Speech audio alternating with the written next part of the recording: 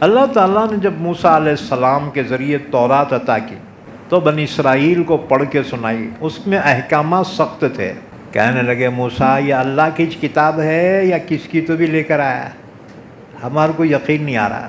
حضرت موسیٰ نے کہا اللہ یہ قوم جو ہے نہیں مان رہی، کیا کروں؟ اللہ نے فرمایا ٹھیک ہے، ان میں 70 ہوشیار جو ہے نا چن کے لے کے آؤ یہاں کوہ طور پہ، ان کو خیل معقول کرائیں گے۔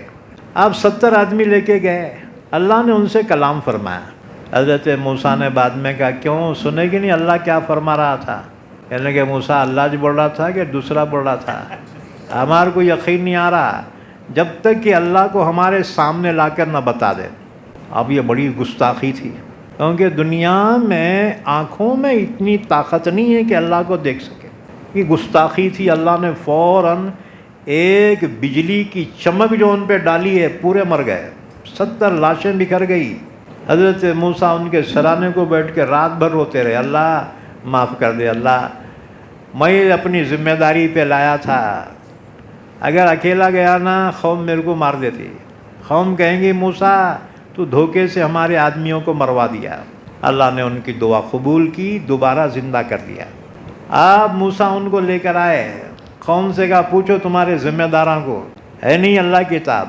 یہ کم بخت کہنے لگے ہاں ہے تو اللہ کی کتاب، لیکن اللہ نے یہ بھی فرمایا جتنا آسان ہے عمل کرو، جو مشکل ہے نہیں کرے تو بھی جمتا۔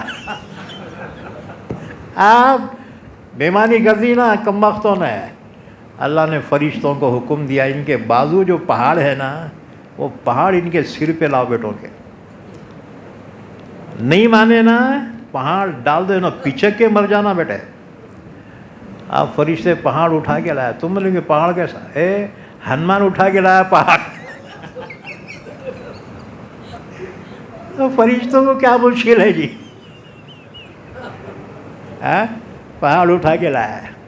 اب جیسی دیکھا پہاڑ ہے، ان سے کہا گیا پوری کتاب پہ عمل کرے تو ٹھیک ہے، تو پہاڑ ڈال کے تمہارے کو پیچھے کے مار دیتے۔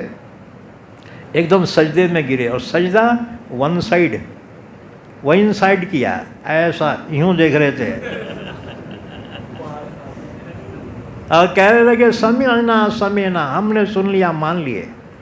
پہاڑ ہٹتے بولے جاؤ، نہیں مانتے کیا کر لیتے کرو۔ اتنی بد قوم تھی ہے پوچھو مت، کہ ان کی اولاد ہے، یہ اسرائیل بولتے نا ان کی اولاد ہے، ان کا ذکر چل رہا ہے۔ تو اللہ تعالیٰ نے اس واقعے کو بیان فرمایا۔